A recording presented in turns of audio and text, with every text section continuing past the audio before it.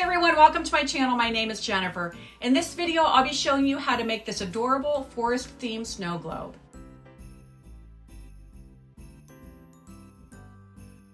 In case you haven't been following, this is part of my Christmas countdown of crafts going on right now. This year I've been gathering items typically found in nature, and I've been using them in easy projects that require a few tools, don't take a lot of time to put together, and are simple enough for beginners to try. So if you're interested in creating this whimsical snow globe for yourself, stay tuned and I'll show you how I did it. The first thing you need to find is a suitable container. I purchased this canister at a thrift store for $1.50. The only drawback is the price sticker left a mark on the clear plastic.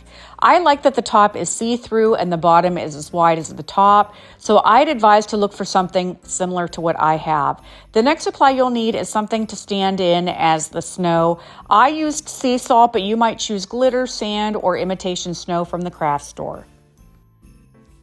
To camouflage the blemish the price tag left on the plastic, I used painter's tape to mark off the back half portion. This was a little difficult at first until I noticed there were seam marks on each side, so I followed them and did my best to keep the tape vertically straight. Then I brushed a generous amount of glue in that area and added the salt, and then shook the canister to evenly distribute it, and then set it aside to dry. You'll also need to gather some small sticks and twigs to create a little deer. Plus, you'll need a wooden cookie that fits down into the base of the container. I had to trim some of the bark off of mine to make it work. To cut the sticks to size, you might need a handsaw. I cut most of mine very carefully on my miter saw by using painter's tape to secure it to the table so the pieces wouldn't go flying off. The deer body measures 1.5 inches long, and the head portion is 3/4 inches. I cut the neck at 3/8 of an inch in length, and before I attached the head, I drilled tiny pilot holes where the antlers will go. Then I carefully started hot gluing everything together, making sure to scrape off the excess before it hardened. I then cut 4 legs at 1 inch in length and used a stop block on my miter saw so they would be perfectly even. I really just eyeballed it when I glued them to the underside, and I placed them at an angle in a V pattern. The antlers are little twigs, and I cut them at about 3/4 inches long, but part of the length will be recessed into the deer head. As you can see, I accidentally knocked the head off at one point, but it's probably easier to work with it independently anyway. I used a tiny shot of wood glue in the holes and placed the twigs in it until they were dried. Then I decided to add a little embellishment and thought a twine rope would look nice as a bow. You might use something to create a wreath or add anything you have on hand.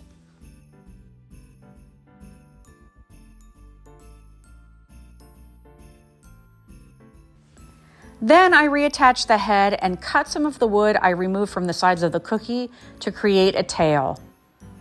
Next, I used 4 shots of hot glue at the bottom of each leg and attached it to the wood base.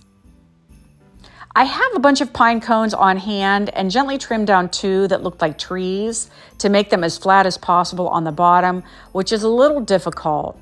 For that reason, I applied a good amount of glue at the bottom of each and then held them steady while they dried.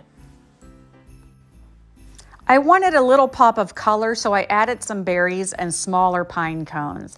Then I secured the entire cookie down into the canister with some hot glue at the very bottom. I sprinkled a little bit of sea salt down onto the trees and cookie base. I thought it still needed a little something, so I created this bow with burlap and red herringbone pattern. I thought about putting the bow on the top, but I kind of like how you can see down into the snow globe, so I didn't want to obstruct the view, and I put it on the side. So let me know in the comments if you like my design choices, and if you plan to make this, will you follow what I did exactly or change it up a little? So I hope you enjoyed watching this video, and don't forget to subscribe to my channel to see the rest of the countdown. You can also find me on TikTok, Instagram, and Facebook as well. As always, thanks so much for watching and supporting my channel. Until next time, take care.